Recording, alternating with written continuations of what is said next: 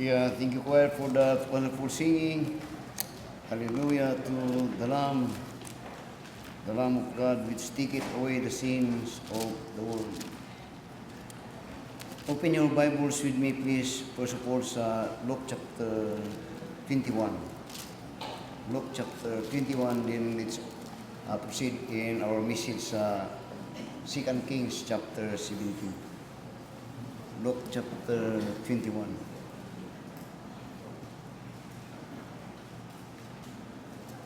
Then in verse 5, then let's go to verse 20. Sa Luke chapter 21 and in verse 5 to verse 6, notice what the Lord Jesus Christ revealed in these particular passages. Luke chapter 21 and in verse 5, verse 6 niya. And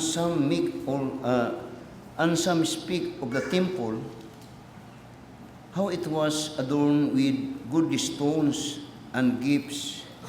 He said, nagwonder ang mga disciples matungod sa kagwapo sa temple at the time, temple in which it was in Israel, Jerusalem. Diyon niya, as for these things, so they were amazed, ang mga Israelites niya, and some speak of the temple, how it was adorned with goodly stones and gifts. He said, Jesus said, as for these things which ye behold, the days will come, in the which there shall not be left one stone upon another that shall not be thrown down. Kuhapuhan yung mga buildings niya at the time for the captivity. Di naman sa Ginoo, alam nyo nakita din nga mga pulpog na tanan. Then, let's go quickly in verse 20 and in verse 21, the same passage, in the same chapter niya. And when ye shall see Jerusalem compassed with armies, then know that the desolation thereof is nigh. Then let them which are in the Judah flee to the mountains, and let them which are in the midst of it depart out, and let not them that are in the countries enter therein. For this be the days of the vengeance, that all things which are written may be fulfilled. Nag-isgot ni siya about the destruction of Jerusalem. O question in this destruction, and even the event that will come, question, kinsa may muguba sa Jerusalem? Kung nila, kini mga countries, mga Russia, China, really? Jerusalem will be destroyed by God. God Himself will destroy them. Grabe, no? Adto lang tanawon. In 2 Kings chapter 17. 2 Kings chapter 17. Sa 2 Kings chapter 17, this is about the destruction of Israel. Now, ang Israel din nga ginaiskutan is kadtong 10 tribes. Para masabtan ninyo kay kining sa Biblia magud kung mag-istorya ang Israel kadtong 12 tribes. Pero sa Old Testament time, Israel as a nation actually, which Israel is Jacob's name. Jacob na, ang ngalan ni Jacob, gisag Israel. Ug ang yung gitawag Israel. Pero sa dihang when Solomon become a king,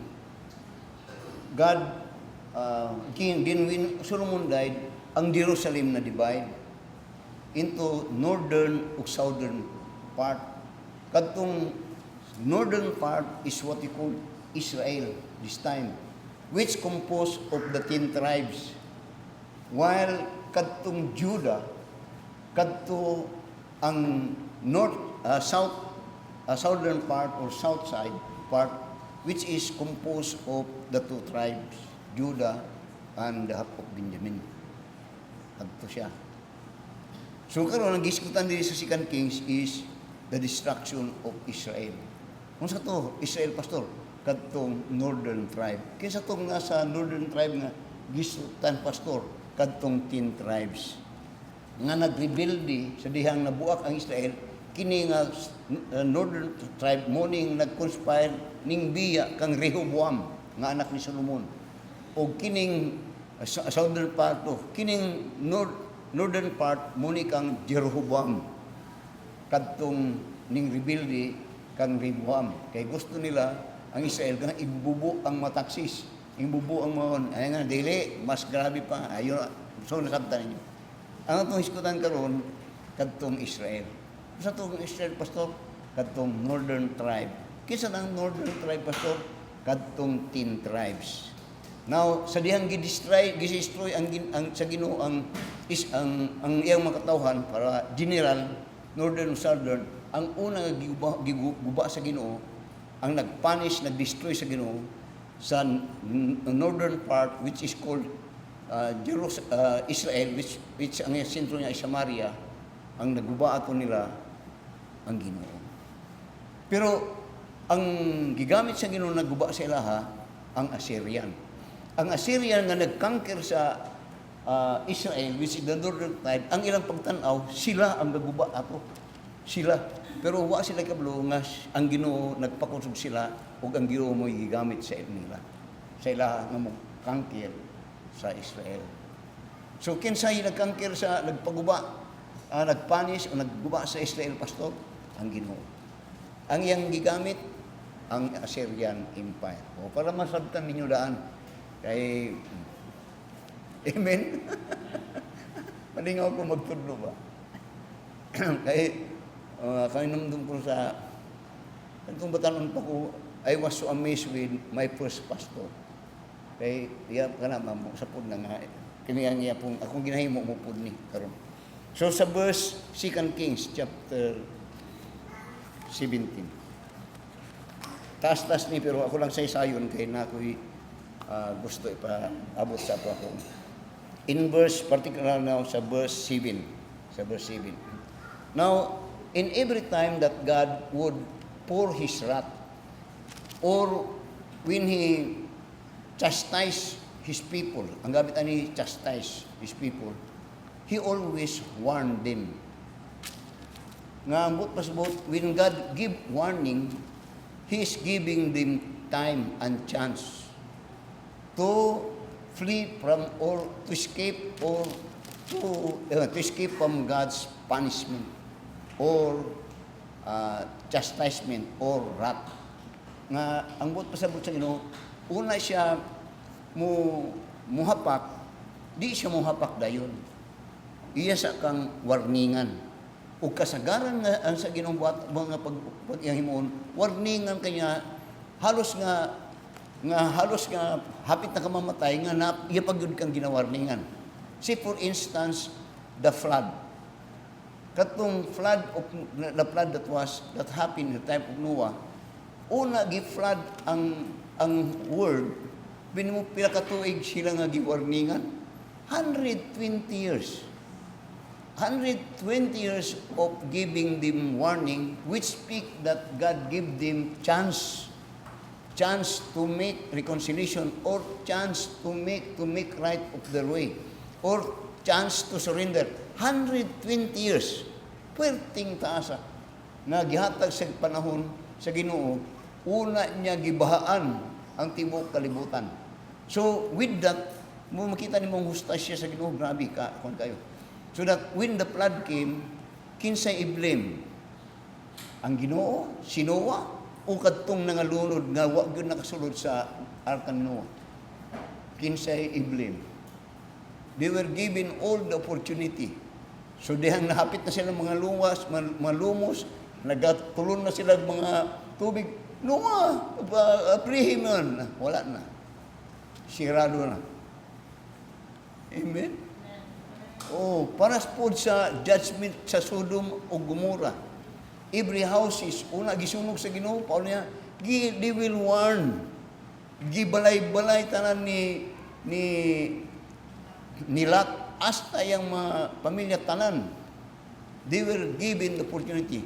So makita ninyo ang ang mula nga 2 Peter chapter 3 verse 9, God is not willing that any should perish but come to repentance. Ako ning ginaiskutan kay ang mga attitude sa mga tao sa panahon ni Noah o ang attitude sa mga tao sa panahon ni Lot o ang mga attitude sa mga tao nga atong estudyuhan karon, wala mabago hantod karon. Wala mabago. Wala gyud mo. Grasya lang gyud sa Ginoo. Oh my. Pero they will inform. And we are also informed. Tablag yung tanan. So, 2 Kings chapter 17. Notice sa verse 7 to verse 13. When the message is the fall of Israel or the judgment of God to Israel. Kisa itong Israel, katong northern part. Kisa itong northern part, katong 10 tribes. Buot pa sa buot na pa, duha ka tribes nga wala pa mahilabtian nga panahon. Napa, katong ang kanya Judah or actually southern part. So, first of all, in verse 7 to verse 13, you will find that Israel was warned. They were warned. O ang warning actually, kung mong basahon, na sa Deuteronomy chapter 28. Kay kung mo nisto na din ni ang foundation sa Deuteronomy chapter 28. Sa tanang naghitabo sa Israel as a nation because ang Old Testament book concern much about the historical background of Israel as God's chosen people. O ang Old Testament historical background of Israel as God's chosen people.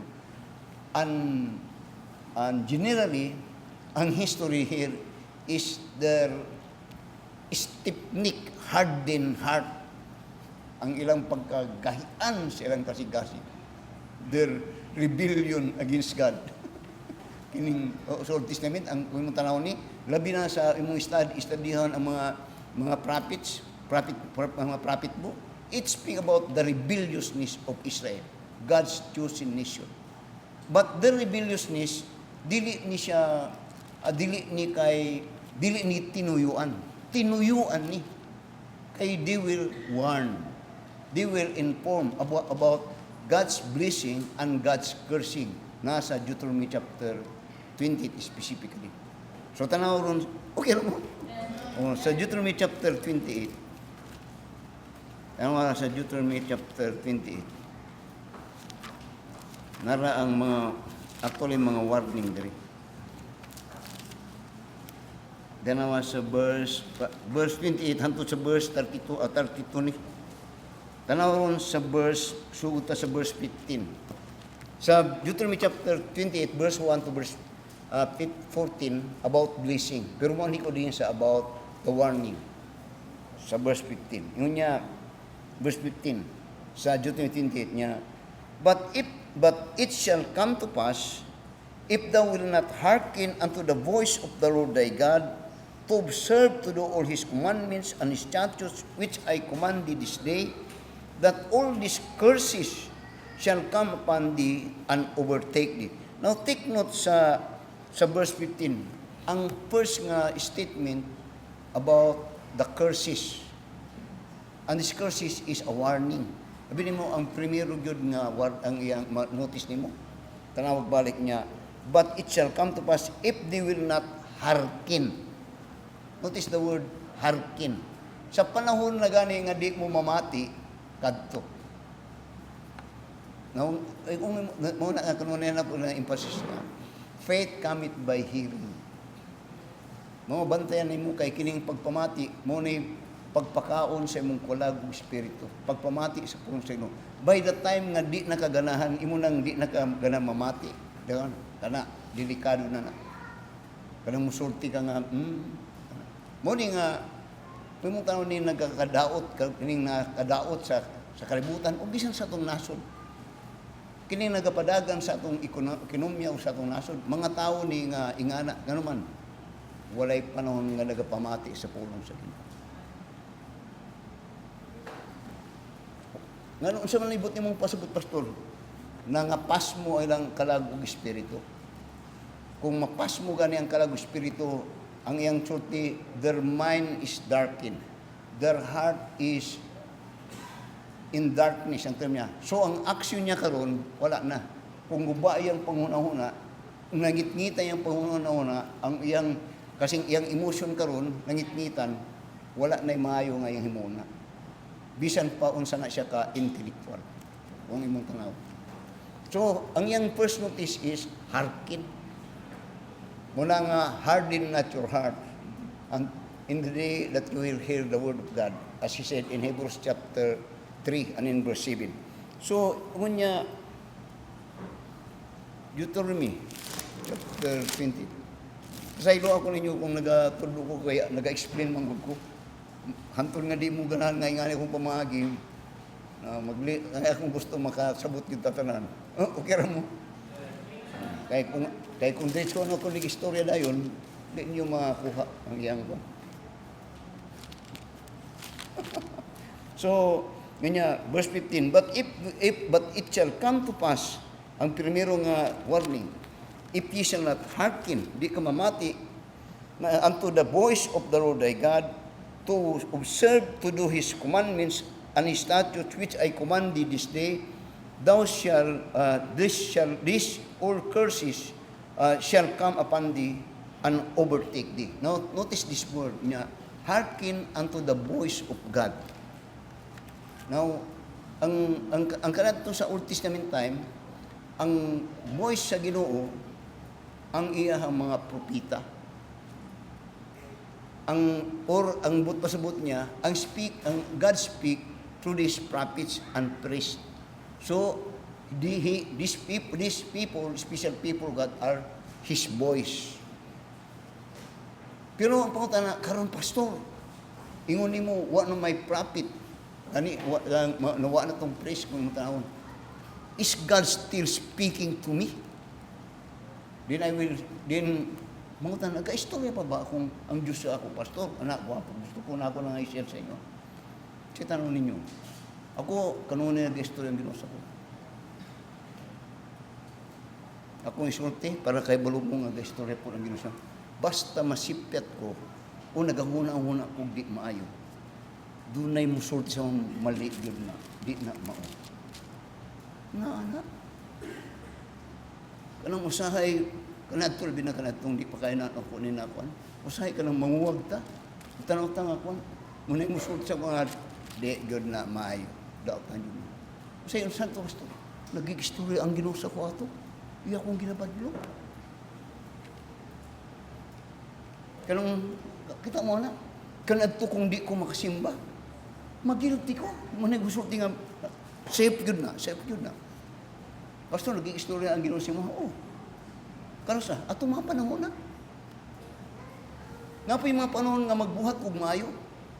Doon na yung maayo ka, tama yun na. Nalipay yun ang ginoon na. Na mo, anak. Ngay, kung nagahimo tag di maayo, na ay nagabadlong sa tuwa, oy. Kung anak ka sa Ginoon. Kinsa to, pastor? The presence of the Holy Spirit in the believer. Muna bantayan ninyo na. Kay ang Ginoo, if you are saved, you are indwelled by the Holy Spirit and He is speaking through you. Pero harden not your heart. Kay usahay, di nato ginapaminawan ang Ginoo. Yun sa, doon na sa kayang people, mo-rebuild di siya sa iyang ginikanan. Di siya musunod. Nakikistorya man ang Ginoo sa mo, ginabadlong kanya. Di kumutuwa, pastor, dili, oy, nagod tong children of your parents. Or nagod na mukha ng guilt sa mo. Dili kay, in fact, nga muna ang sala sa Kristohanon mas grabe kaysa sala sa dili magtotoo. Kay ang sala sa magtotoo, diretso na. Wala na'y konsensya ay. Wala na'y tandog sa Ginoo. Pero ang Kristohanon, naana. Usahay, di lang tamamati. Kaya nga itong pagtanaw nga, ang Ginoo, Hoy! Gilmer, ayaw nagbuhata! Dili na yung anak. ang mismo ang Ginoo through your mind and your conscience musulti na nga muna nga the voice, the small voice of God ang Di, naka-experience mo na? Naka-experience mo kung saved mo. Gani, the more that you get closer to God, the more that God wants to speak to you. Muna nga, kung more that you get closer to God, masipyat ka, grabe yun. Makurintihan yun ka yun maayo. The more that you get closer to God. Pero, banday ka. When God speak to you and you not hear, then you will not hear, then you will not hear, God will make a way for you to hear. He will chastise you. Ang Israel ingani atong panahon.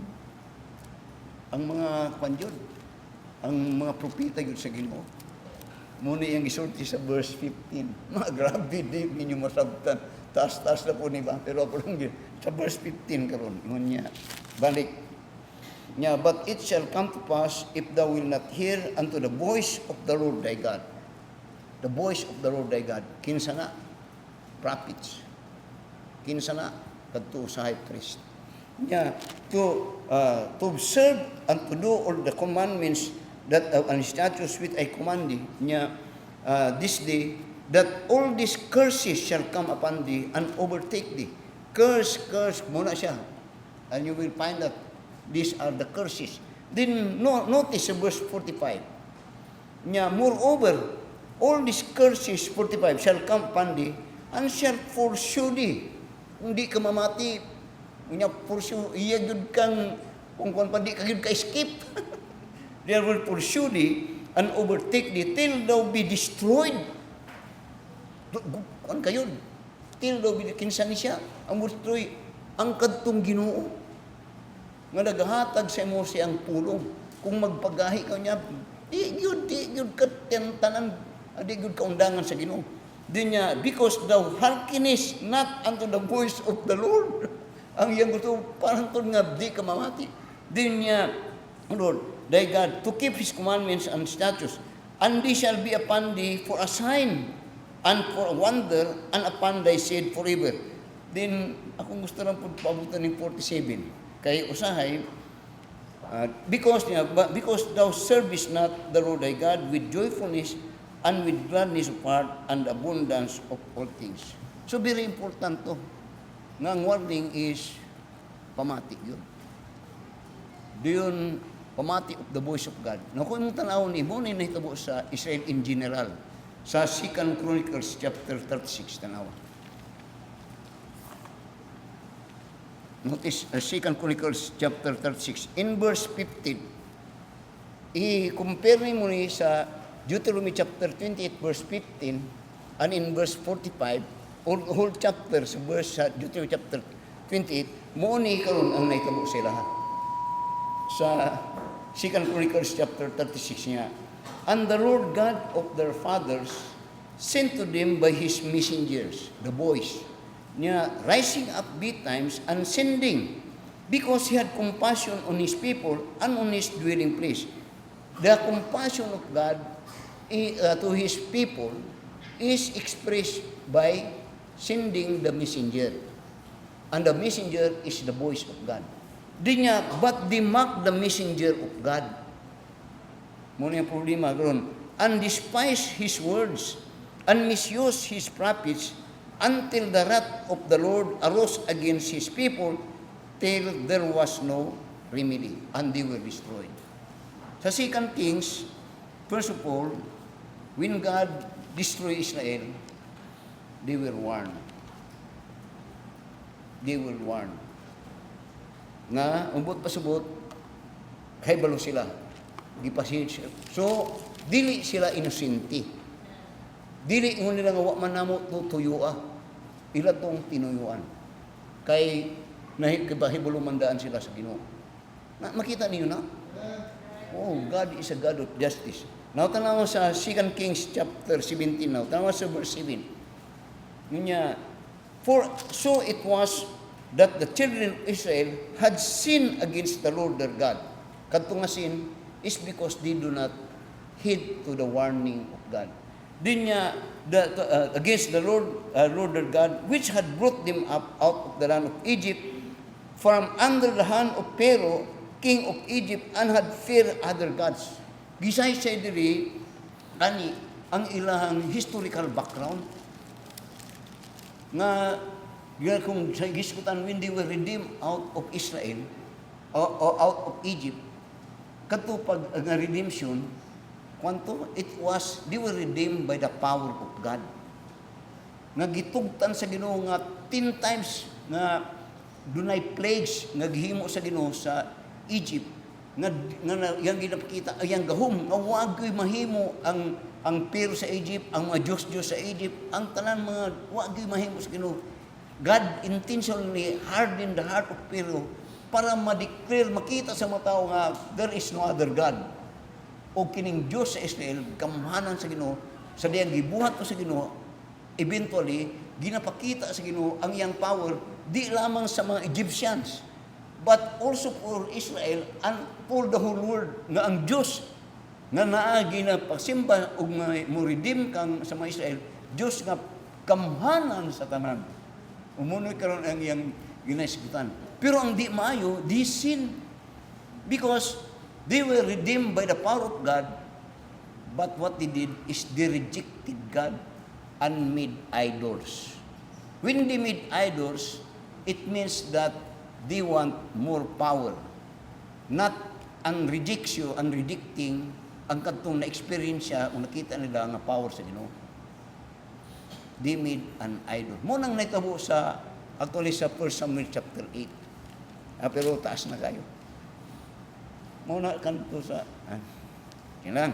So, notice sa verse 7 niya, for so it was that the children of Israel had sinned against the Lord their God, which had brought them up out of the land of Egypt, from under the hand of Pharaoh, king of Egypt, and feared other gods, and walked in the statutes of the heathen, whom the Lord cast out from before the children of Israel, and of the kings of Israel, which they had made. Nga ang but pasabot, they sin because of their idolatry and rejection of the voice of God. And their sin is not only rejection, but they reject God and make their own God. Di mo ito'y pinakakulba na kung kay ilang tanggal, ilang reject ang ilang Diyos, o nagbungat sila, o galingon nilang Diyos. Sa ato pa karon, kadtong ilang Diyos, kinsay mas kabahanan? Kadtong ilang Diyos o sila? Sige daw, sila. Kay kadtong ilang Diyos karon, ilamang binuhat. Motong alsa-alsa nilang Diyos. Di man to gamahanan silang mas gamahanan kay sila'y gabuhat ato. Buhat-buhat na na yun. Tell me. Oh, hindi ba Tin? Si Tintin. Muna ka ng mga Very Santo. Wala, di man to. Wala to, gahom to ilang gibuhat to. Kay kinsa to? Ilang binuhat. Silang mas gamahanan kay sila nagbuhat silang Diyos. So, ang but pasabot, gihimo na nila actually ilang kaugilan na Diyos. Ilan lang tong atik-atik na naghimo silang Diyos. Pero sila gusto karon nga mao na ngayon ni sa book of Genesis, and thou shall be gods. Masabtan man nimo. Di ba diyan? Hindi mo sa gamahanan katong ribulto, na perting dakuha, o katong nagbuhat atong ribulto. Mas gamahanan tong nagbuhat. So, kinsing mas gamahanan sa to, ang Diyos nga nagbuhat sa to, o kita? Ang Diyos kay siya may nagbuhat sa to. Ang di lang mayo, gi-reject na ito, nagbuhat sila Diyos. Sa to pa, sila na Diyos. Ilang gi-reject to, buhat sila Diyos, silang Diyos. So, suko ng Ginoo. You could not do that. So, kini nga pastor. So, sa verse 9, and the children of Israel did secretly those things that were not right against the Lord their God, And they built them high places in all their cities, from the tower of the watchman and of the fenced cities. And they set them up images and groves in every high hill and every green tree. Muna ni katong idols. And there they burnt incense in all the high places, as did the heathen, from the Lord carried away before them, and wrought wicked things to provoke the Lord to anger. Now, what is the word to provoke the Lord to anger? Now, ang pasabot, sa dilang gihimo niya, ilang gipalagot yun ang Ginoo. Pilting lagutan yun sa Ginoo. Kaya nga naman, one man kanang they just make an excuses to make an idols and put it into a higher nga ilang gi-exalt og maayo. Pero ang pangutana lagi, kinsay mo labaw kadtong ilang gihimo nga ilang gi-exalt o kadtong naghimo? Kadtong naghimo. Iya lang tong gihimo nga excuse. Pero God that know it everything in the heart of man, they provoke God. Because when they rejected God, actually, they make their own self to be God. Muna siya kakadug mo sa pasag di lang gud ko. Ako ragoy magbuot sa akong kagalingon. Kana is a very defiant na sa Ginoo. For without me, you could do nothing. Nakaduhog mo na ang akong wala. So, verse 12 karon. No? Doon niya, for they serve idols. So, eventually, kini karon, to serve idols, no nga ni. Muna ko na, kaya mas labaw ka tong idols o ka nagbuhat ng idols? Ang gabuhat, dili tong idol. Pero when they serve it, lahain to. Ilang ginapakita, ilang kaugalingon karon, nareliyoso sila. Pero hindi mayo, ilang giserbisyuhan tong ilang gihimo, which is a camouflage ang term nila. Para ingon sa uban nga, ang Diyos nun yun kayo ni siya. Grabe po. Oh, kuyaw yun kayo. Makita niyo ang deception. Pero kini, nahitabo ni, dinhi ang giskutan dili actually, sa ang Israel ni, katong 12 tribes, nga nakita nila ang power sa Ginoo. And in fact, these people are God's chosen people of God. Nga naman, they were special. Nga naman, because to them, God revealed His power. They experienced ang power of blessing sa Ginoo sila. That at that time, dili pa rin sila Israel, usa pa rin sila ka-nation. Sa panahon ni David, usa pa lang sila nasyon. Gikalisangan sila sa tibok kalibutan. Ang mga tao, particular itong ilang silingan lang, kalimutan ng silingan nga, Gibeonites, nga ang Gibeonites tungod sa kadlok na si siling, paatik-atik sila, gikan mi sa layo nga dapit, surrender sila. Sana itong si David pa, matarong anak sa Ginoo na galid, pa-divide in Israel. Nakita ang God power was evidence and sure in that kingdom of Israel. But when they were divided because of the rebellion of the sin that Solomon had committed, and when he died, the nation was broke away.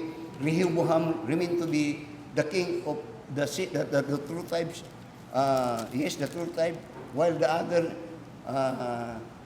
10 tribes ang nabahin, ang king mo si Jeroboam, ug Jeroboam nagbuhat siya og iyang kaugalingon nga mga pari ug kaugalingon nga templo nga diin nagsimba sila Dios tungod kay iyang purpose is politically para di mabalik ang mga Israel dito sa mabalik sa ilang pag-uusa sa nation. I hope magit ninyo.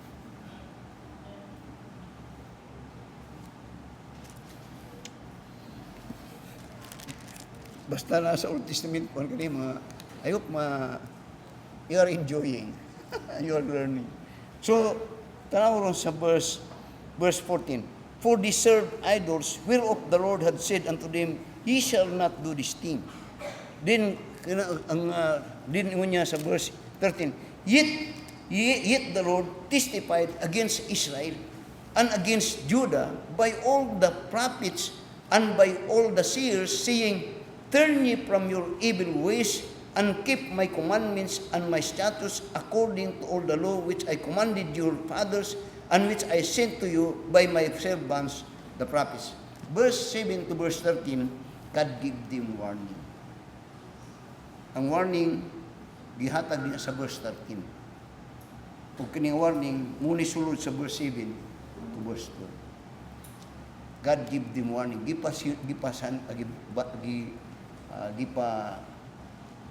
Mapagbantay mo. Beware. Diba? Amen. Now you see, sometimes, usahay, the hurting part sa kinabuhi sa mga tao is that when you are being warned or you are being reminded. Labi na kung ang imuang mindset nakasit na gani nga mo nagyud ko ni. Ang may tabuan na lisod na usay din ha mabadlong. Kasagaran din ha makita ang resistance. O kini karon mo ni gibuhat sa mga ang term niya by the prophets, by his prophets and seers. Og diri dinhi na kung kan pa paras kan Jeremiah. Jeremiah had prophesied, but no one believed him. And in fact, halos tanan ng mga prophets, they were rejected. They do not believe them. Gahi. Doon abinin mo kung yung tanawon sa panahon ni Jeremiah, particularly kang King Joachim. Si King Joachim, there was a time na ning adto siya kang Jeremiah. Nangayo sa konsulta kang Jeremiah kung unsay mga plano sa Ginoo nga hitabuon sa Jerusalem. Then ni Jeremiah nga, di ko masulti nimo kay kung akong sulti, di manggahapon ko mutuo. Dayon kung ako pong sulti, delikado basig imupod kong ihatag sa mga tao. Hilabtan ko sa mga tao. Kung sa hari na dili di ta ka safety ka. Sulti lang ko. Isulti kay unya para makapanang dami. Isulti ni Jeremiah ang ang himon sa Ginoo sa Israel. Yung sa ingon ni Jeremiah mo yung plano sa Ginoo sa aton nga mo surrender mo dito sa Bibulan, surrender mo. Ayaw mo adto sa Egypt. Anak man si dili na gisulti sa Ginoo oy. Patakka ramang ka. Ay lang gi-condemn sa hari si Jeremiah. Niya siya po inangayo. Si buti mong pastor. Simba-simba mo niya, dilang yapon mo muto.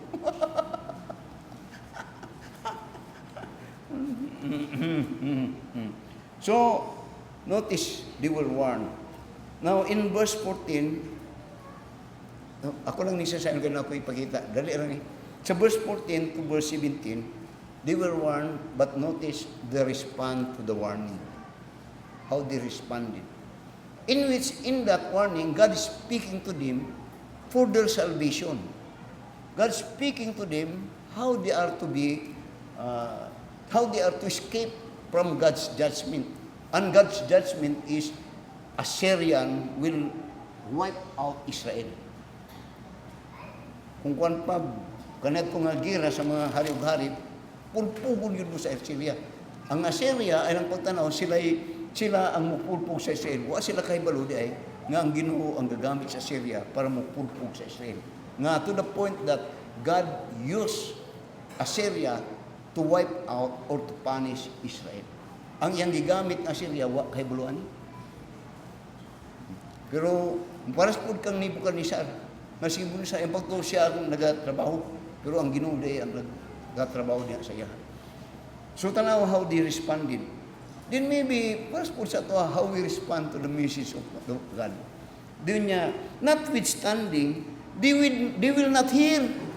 Tama sa verse 4, verse 14. Tanaw, giwarningan sila, pero ang di mayo, kanang notwithstanding, they would not hear. Actually, nakadugo na sila. Kanang they would not hear, but pasabot, tuho umang ka na. Tuho umang ka na. Atik-atik lang na. Muna yan, but pasabot. Kaya balo sila, kadungog sila. Pero, di sila muto sa mensahe. So, niya, but harden their necks, niya, notwithstanding, they would not hear. but harder their necks, like the neck of their fathers that did not believe on the Lord their God. Na, bantayan ninyo na. Nga, instead nga natatong pulong sa Ginoo, di nila gipamati, ang naitabo sa ano, ninggahi sila. Kagrabe po.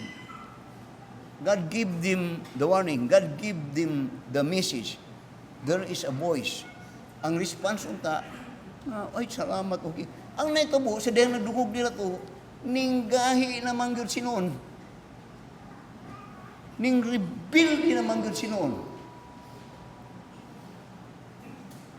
Instead nga, children obey your parents, nag-rebuild din na yun. Pagkaway buot.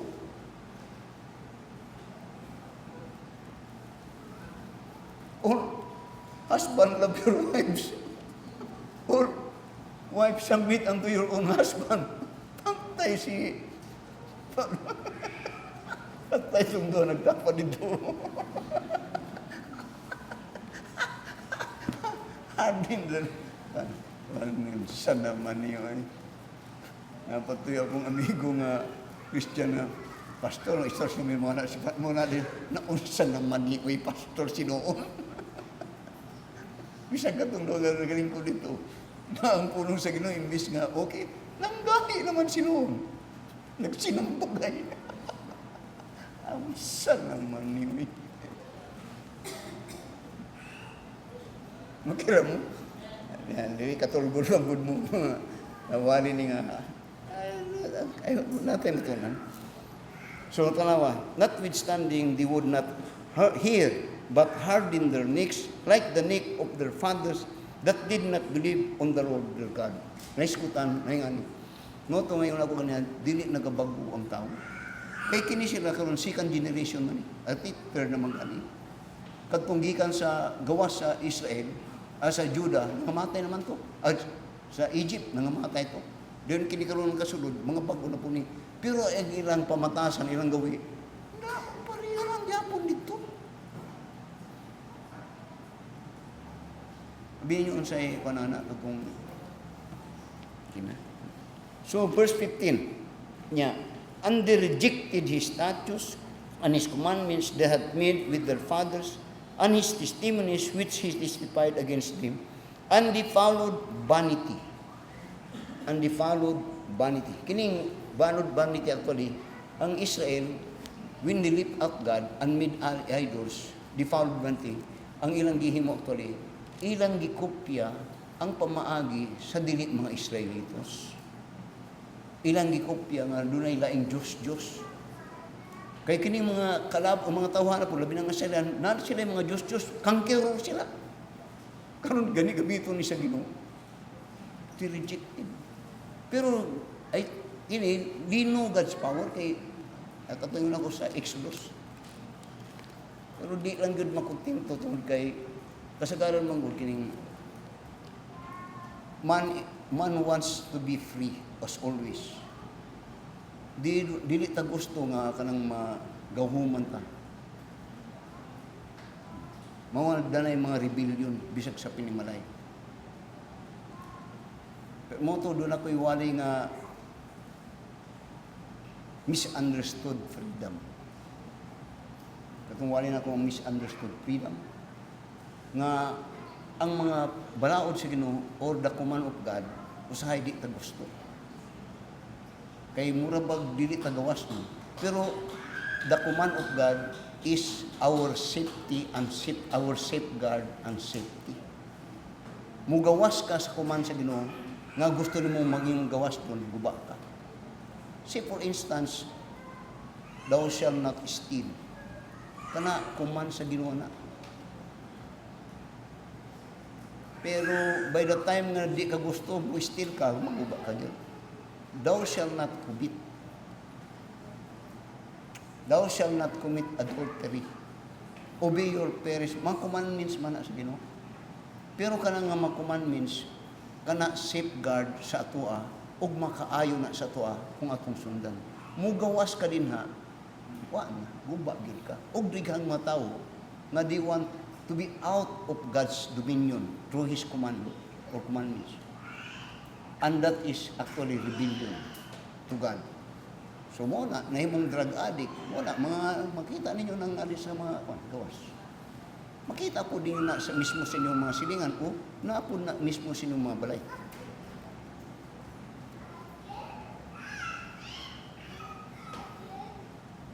Masabtan nyo na? Ano eh? We do not want restriction. We want nga full force, pero ang Ginoo dili yun. Ang Ginoo kanunay ginahatagan ta niya limitation. Ginahatagan ta niya boundary. Pero gusto na to kung walay boundary. Salay mong asawa, gusto ko duha. Sige, bahala ka. Para mo, si Clint, sige nag-smile ka, hapit na ang divorce mo. Basta po ni si, ko lang nang ginapasagot sa inyo. So, notice, din, ngunya, verse 16, and they left all the commandments of the Lord their God, and made them molten images, even two calves, and made a grove, and worship all the hosts of heaven, and served there.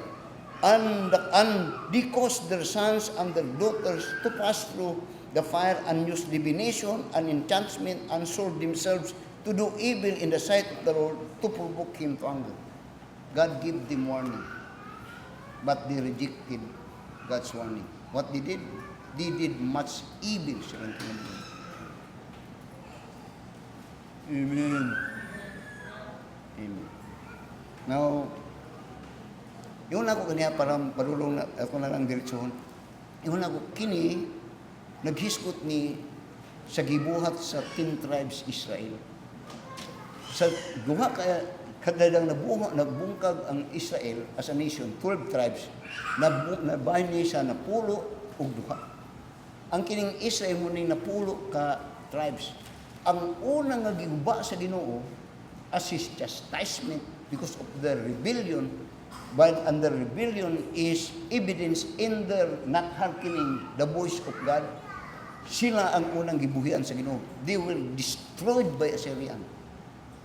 Giguba sila sa Assyria ang Israel. Wa gyud ni ka bangon.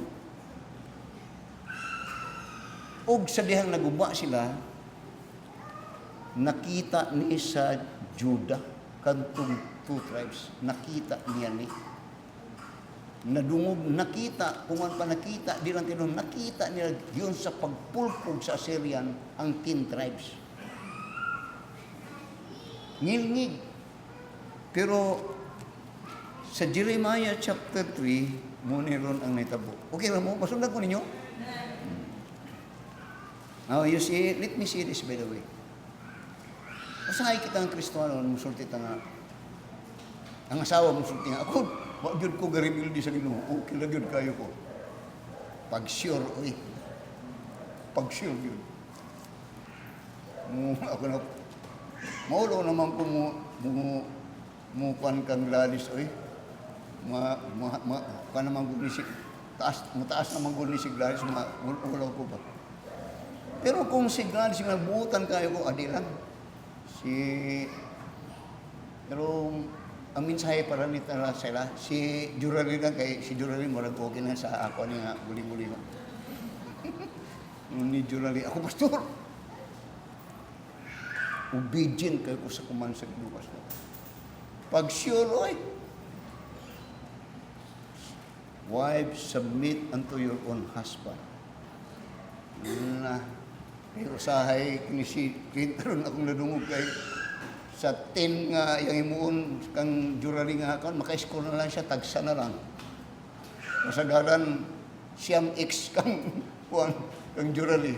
Asa na ang ako wa gid ko garbildi sa Ginoo, pastor. Nagrebildi ka. Bisang katupod dito sa tumoy dapit ko. Katong sa tumoy dapit, kining sa tumoy dapit ba? Na sorry lang yun kay makugagwanta ato kanadto. Ako yung gitigsan kay palangga ko na ako itong nasa tumoy. Dayon na obey your wife, submit unto your husband. po yung mga bana musulti nga. Ako, I hear the word of God, I obey the word of God. Pero daghang mga bana nga mapasagaron silang asawa. Kana rebellion gyapon na sa Ginoo.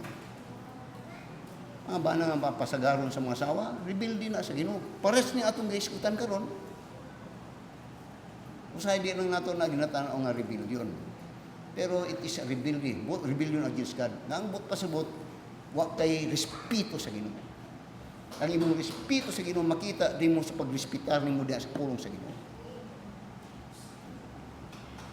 May mga bana nga ang mga asawa nga dili wa respeto bana. Apoy mga bana pud na walay dili mapinanggaon o dili makuan sila mga asawa. Para mga di man para sa rebellion. They are not, in effect, they are not hearkening the voice of God.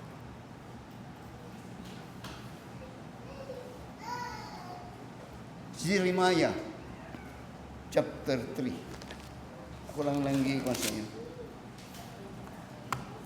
Jeremiah, taron sa chapter 3. In verse 6 to verse 11. Kini sa Jeremiah, sa book of Jeremiah, gihisgutan diri ang nahitabo ni adtong duha ka nasod, Israel and Judah. Ang Judah ang unang gipulpog sa Ginoo. Ug nakita sa Judah. Now tanawon sa inyong resulti. Jeremiah chapter 3 verse 6 niya. The Lord said unto me in the days of Josiah the king, hast thou not seen that which backsliding Israel hath done? Kini katong 10 tribes ni. Kanya, she is gone up upon every high mountain and under every green tree, under he played the harlot, idolater. And I said, after he had done all these things, turn thou unto me. She was warned, but she returned not. He hearkened not. And her treacherous sister, Judah, saw it. Nga, sa dihang ang Israel, as a nation, nagbibili sa Ginoo, nakita sa Judah. Nakita niya. Nahibalo siya. Then in verse 7, and verse 8, and I saw when for all the causes whereby backsliding Israel committed adultery, I had put her away and given her a bill of divorce. Yet her treacherous sister Judah feared not, but went to play the harlot also. Ang pasibuti na, ang Israel gipani sa Ginoo. Ug nakita ni sa isa Judah. Ang iyang gisutan ni, ang iyang idolatry. Ang iyang simplify ba. Pero instead nga maka-learn unta og lesson ang Judah nga di niya kopyahon ang Israel, ay kaluwa man nahimong leksyon ang nahitabo sa Judah. Naunta, ang Judah nakabantay na. Makiti na? Nakabantay na. Giguba sa Ginoo ang Israel. Tungod sa iyang gibuhat. Ang Judah, nakabantay na. Pero ang hindi maayo, iyang gikopya. Iyang gikopya. Nga ang but pasabot, walay hinungdan tung nahitabo Israel, nga diin, noon reason para siya laha, nga magtinarong sila. Ay, sa ibot ni mong pasabot, pastor, daghang mga yung puipol nga nabuntisan. Parang nga nabot. Wala, kanang mga daghan na. Pero naagya po yung nagasunod, anak. O na yung mga young people nga na drug addict, pero nagapadayon po yung mga drug addict. Kaya po siya nagipamatay, gipamusin, nagyapon. At kung mo pang isaka-saka dito sa mga parinti ni Ma'am Ilina sa Kongreso. Grabe. Kanang ito mga kawatan, hantod karon mas kawatan na. Grabe, wala, yoy, pagtulunan. Mga halos kanang kawatan na, pero kanang ito pa na. Ang tao di katuon. Grabe. Umoni. Natanawa. Okay lang mo. Tanawa sa verse 9 niya. And it came to pass through the lightness of her whoredom that she defiled the land and committed adultery with stones and with stocks. And yet for all this, her treacherous sister Judah hath not turned unto me with her whole heart, but faintly saith the Lord, gambot-gambot, okay man ang Ginoo sa kuha. Di man ko ang Ginoo, okay naman ang Ginoo. Pero, ngunya, and the Lord said unto me, the backsliding Israel hath justified herself more than treacherous Judah. Ang sabot pasabot niya na, nga maayo pang Israel ngayang gipanisan kay sa ang Judah. Kaya nga man, ang Israel, wa siya kakopyahan, wa ihimplo sa iya. Pero ang Judah, wa na excuse, kana naman siya ihimplo. Nga, ang Israel nakatamak og tayo, nakita niya. Ang Israel pagkatamak niya, wa siya kay balo ata. Pero ang sa Judah karon nga case, nakita niya, ang iyang ibuhat, iya pong itamakan. Kaya balo siya kabaho. Ano ba yun? Ano ba? Bin mo, daghan lang yung mga reason. Daghang mga magtiayon nga nagbulag-bulag, nagkakuan. Kaya balo sila sa mga rason. Pero nagyang pinagabulag. Na mga anak na mga rebelde o mga ginikanan, ganito pa. Pero karon napagyapo na, di ma. Asa man na? Unsa na, brad? Tanawa, 2 Timothy chapter 3. Ako ang inyong pastor, at tuon yun mo sa mga lison na maayo. You will remember me when I die, or you will remember me kung muhawa ka dili. Kanto yun si Pastor Gabriel, luto na ito mga rason. Now, unsa man na? Diyan, 2 Timothy chapter 3. Tanawa ang sulti ka doon. And in verse 7. 2 Timothy chapter 3, verse 7. Kasara ko sa na? Ever learning, but ever learning and never able come to the knowledge. Mo na siya. Kay balo sila sa tubag. Pero kay balo sila sa resulta. Pero lagi ako. Kay balo mo nganon sa mga rason nga bisag sa sulod sa mga panmalay nga dunay mga bulag pagkag-away. Kay balo mo. Pero nganong ingana mo pagyapon mo. Nakita ninyo na. Pero nganong ingana man gyapon mo. Ever learning and never ever come to the knowledge of truth. Nanamak na sila tayo. Tamak po ka. Muna ang ginasulti nga, sila man gani, muna ang foolishness sa tao. Amen. The fool of Israel. They were well informed. They were all well warned. Not only that they were well informed and warned in the case of Judah, do na give example. So that when God's for His judgment, kung nahagbong ka ng lapit, wag yun kayo pangangalipas. There's no excuse. Let us all stand up and let us pray. Our most gracious and loving Father, Lord, salamat sa mga patulunan diya sa mga pulong, may tungkol sa the fall of Israel, or the fall of man. They are well informed. Even kang Adam was well informed by the time that thou eatest thereof, thou shalt surely die. Surely. Pero you know, why? You know, it is because we always want na mo-express sa among self-will, Kanunay nga among gusto, nga among kabubuton, among kabalo, ang mupatibbabaw, dinha sa imuhang kaalam. Dili tong sulti sa pulong sa Ginoo. In all your ways, acknowledge God. Learn to trust God. Learn to be God. Bangi kami inus. Kay bisag mag-unsa ang pagtulunan kung wala kami desire ng musulod nini. Din ang iyang pulong sa Ginoo, they will not hear. They will not hear, but actually hear, but they do not desire to obey or to follow. Ayaw na taong tubuti ka na mo, Diyos. Kaya napuno kami sa imong mga pagtulunan. Busa kini among pag-ampo sa Jesus. Amen. God is working to your heart maybe with a message.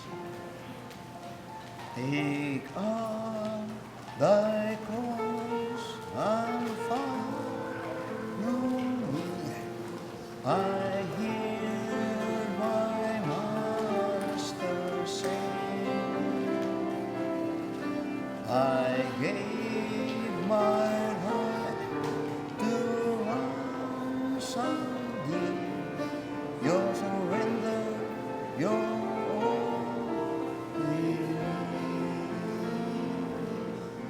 Wherever he is, I'll go.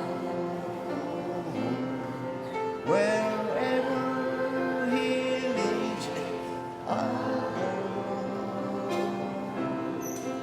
I'll follow my Christ who loves me so. Wherever he leads, I'll go. He drew me closer to his side. I saw his will to know. And in that will I now abide. Wherever he leads, I'll go. Wherever he leads, I'll go. Wherever he leads, I'll go. I'll follow my Christ who loves me so. Wherever he leads, I'll go. It may be through the shadows deep, or on the stormy sea. I take my cross and follow thee. Wherever he leadeth me. Wherever he leads, I'll go. Wherever he leads, I'll go. I'll follow my Christ who loves me so. Wherever he leads, I'll go. My heart, my life, my all I bring to Christ who loves me so.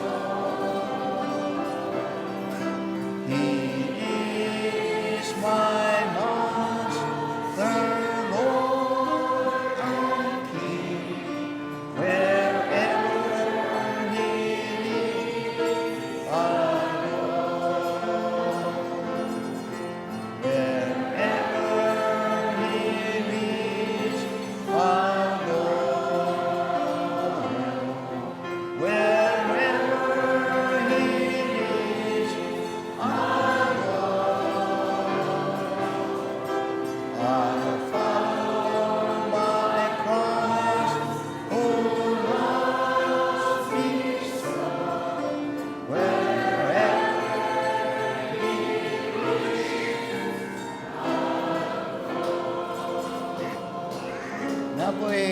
napoy kaila.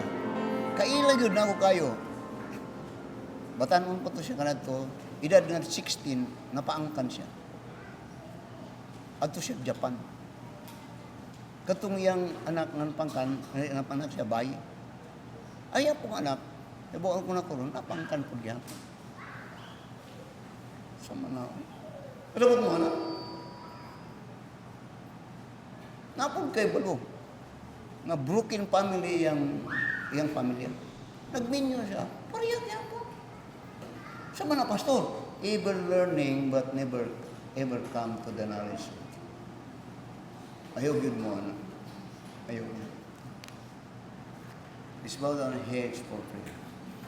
Our dear Heavenly Father, Lord, salamat sa mga painumdum niya sa mong pulo. You know, these are truths. These are truths from the Word of God in Thy Word.